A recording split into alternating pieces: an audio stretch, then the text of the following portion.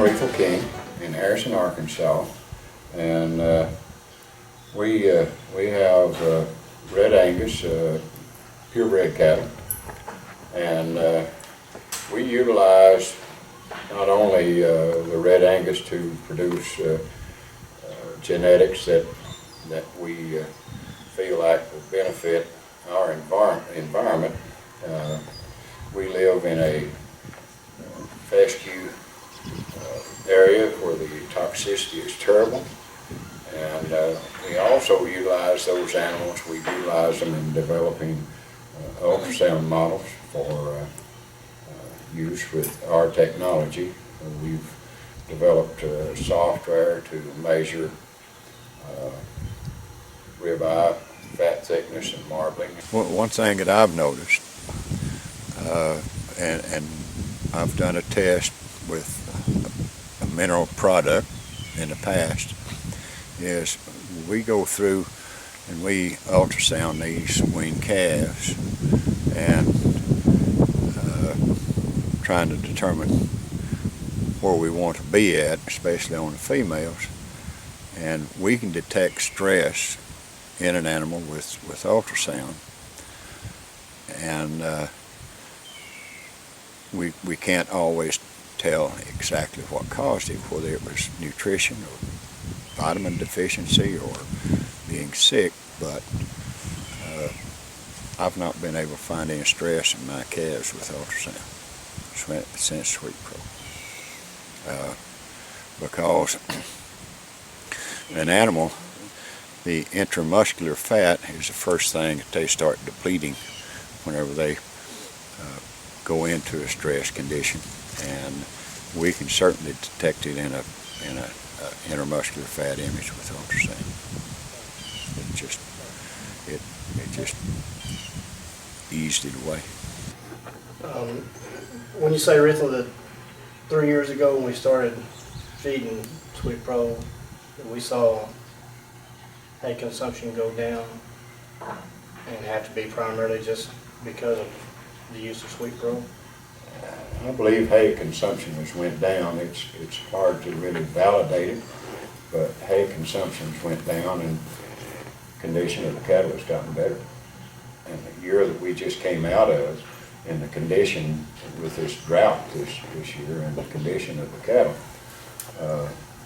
that has really convinced me that it sure wasn't our grass so much, because it didn't have a lot, but it was the SweetPro product had to add to it. You were no doubt in my mind. You were one of the fortunate few that weren't feeding hay in June and July.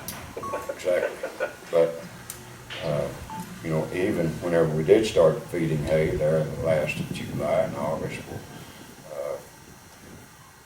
those bred heifers held their condition, even on poorer quality hay than what we usually feed. But and the breed up on the heifers, what was the breed up? It was on the heifers was over 95%. And that's with 105-degree temperatures for days on end, and we haven't done that well in the past. No. In these conditions. No, and we've always tried to, or you've always tried to use mineral of some sort. We've been through several brands. I've been through every brand imaginable, I guess, in a good part of the southeast, Oklahoma, Texas. One thing I will say that I saw with his cattle this year, he weaned 11 days ago, and I've never seen a cattle weaned that easy ever. We've talked about it before, and I'm not here every day, but they ball for about a day and a half, I would say. And you've seen them. We've had some pictures of them. 11 days out there on pasture, you can't tell if they're not still in the mother, or they've not been dried out for 30 days. Vaccinated one time, they've had no sickness, they went through castration. Just nothing, no ill effects whatsoever. And if it's got to be a testament to SweetPro. I know with no understanding it's been changed. Even though we're south of Macon-Dixon line, we can still get cold. I mean, we can have sub-zero temperatures, 8-10 inches of snow, and that's, you know, as that calf gets up, it's very critical to us that it gets up and gets to nursing. We've seen a lot of difference in that. Pink eyes have almost become non-existent, That's right. especially where we were 3 years ago.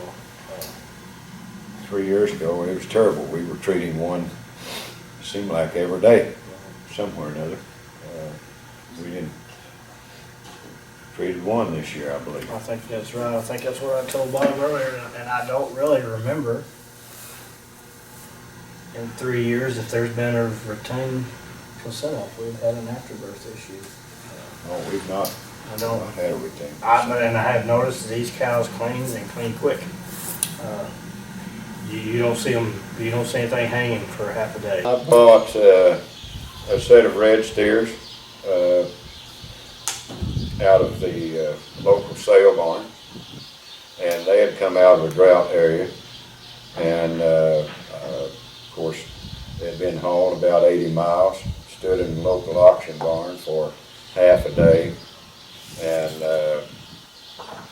bought those cattle, brought them to the farm. We did not deworm them, process them in any way, put them out on Bermuda grass after it started raining, and a 16 SweetPro tub. And the first 25 days, and granted, there was some compensatory gain in there, but the cattle averaged gaining 4 pounds a day. And I know that's kind of hard to believe, but even with, if you allow a pound a day for compensatory gain, still yet at 3 pounds a day on grass is certainly not a bad gain. It's not a bad gain even on feed, and they've continued to gain. They trade by the pound. We got to figure out how to put the pound on the cheapest way we can using what we have. And one block of SweetPro, as far as the time for the same number of animals, would last approximately the same length of time as 2 bags of mineral.